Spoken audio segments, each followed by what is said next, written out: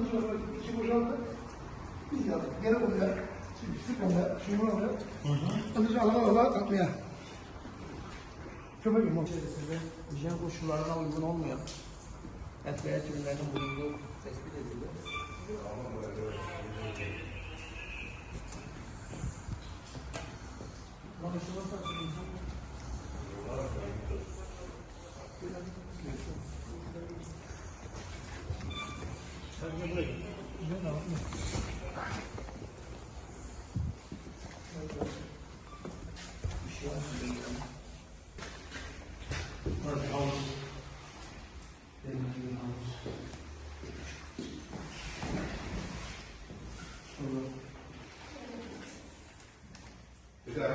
Hocam yetkili kim yapmış?